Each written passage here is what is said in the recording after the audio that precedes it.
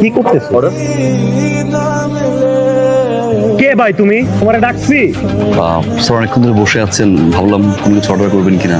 Order লাগলে ডাকতাম না? এই ওয়েটার এদিকে আসো, বলতাম না তোমারে ডাকছি? তুমি আসছো কেন? তুমি রিল্যাক্স না, কথা বলতেছি। এখানে কথা বলতেছিলাম না, পার্সোনাল কথা চলতেছিল না, চুপ করে কেন আসছো? স্যার এখানে তো সবাই কথা বলতেই আসে। ভালো অনেকক্ষণ হয়ে গেল, আপনি কোনো অর্ডার দিবেন কিনা? It's okay sir. তোমাকে ভালোবাসি তো, আমার মনে একটা অন্যরকম জায়গার ভিতরে দিয়ে আছে। তুমি তো জানো লাস্ট অনেকদিন ধরে আমার কাছে টাকা পয়সা নেই। লাস্ট 2 মান্থ ধরে বাসার ভাড়া দিতে পারতেছি না। ফ্যামিলি থেকে ফোন দেয়।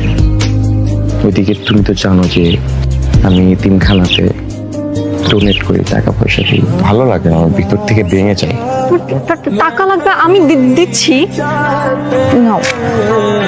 ম্যাম, আপনি চ্যারিটির জন্য, অসহায় মানুষের জন্য অনেক টাকা পয়সা দিয়ে থাকেন।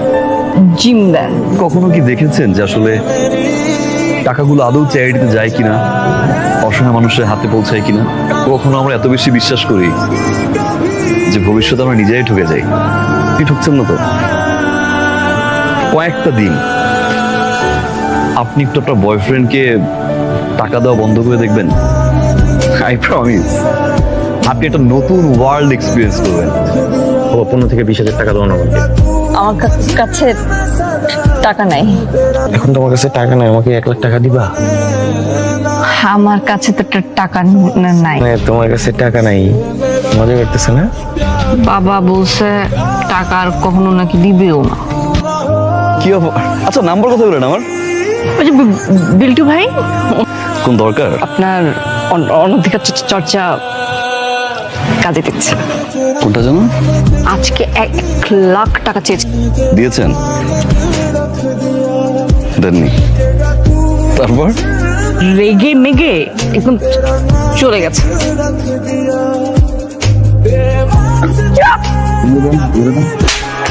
সত্যি মনে করি তোদের মতো ছেলেদের কারণে এর থেকে নিশ্চয় টাকা নেস। নিজের লজ্জা লাগে না? আয়নার সামনে দাঁড়াইছিস কখনো? জাস্ট দূর হ আমার সামনে থেকে। এ বিল্টু ভাই কোথায়? ম্যাডাম, ওই যে আপনার বয়ফ্রেন্ড আপনি সরাইলেন, থাবড়াইলেন, মারলেন, গালিগালাজ করলেন না, এটা তোমার ভাইয়ের উস্কানিতে, তাই না? এই কথাটা মালিক জানতে পারলে ভাইয়ের চাকরি চলে যাবে, সেই কারণে ভাই আগে চাকরি ছেড়ে চলে গেছে। এখানে কি হবে? ওই যে বিল্টু ভাই কল ধরছেন না কেন? কালকে থেকে কল দিচ্ছে। এমনি চাকরি খুঁজছি, পেয়ে যাবো। শুধু ওদের জন্য খারাপ লাগছে না, আর সবাই এতিম। এতিম আসলে আমার কাছে এখন শুনতে ভালো লাগে না ওদের জন্য, কারণ আমি আছি। সবাইকে বিভিন্ন জায়গা থেকে আমি নিয়ে এসছি। ভাবলাম ঘোরাতে নিয়ে আসলে ওদের ভালো লাগবে এই জায়গায়। সরি। চিঠি লাগবে না, মুখে বলেন। মুখে বলতে পারবো না, আমি তোতলা। চেক 10 লাখ টাকা আমার নামে। ও মাই গড, ইওর চেক। এটা আপনার জন্য না, আমার নাম লেখা তো। এটা ওদের জন্য। পাটপাড়ের পাল্লায় পড়ে অনেক ঠকেছি, আমার অনেকগুলো টাকা নষ্ট হয়েছে। আমার টাকাগুলো ঠিক জায়গায় দিতে চাই। আপনি বলেছিলেন আপনার স্বপ্ন একটা এতিমখানা করবেন, আমি আপনার স্বপ্নের পাশে থাকতে চাই। পাশে রাখবেন তো?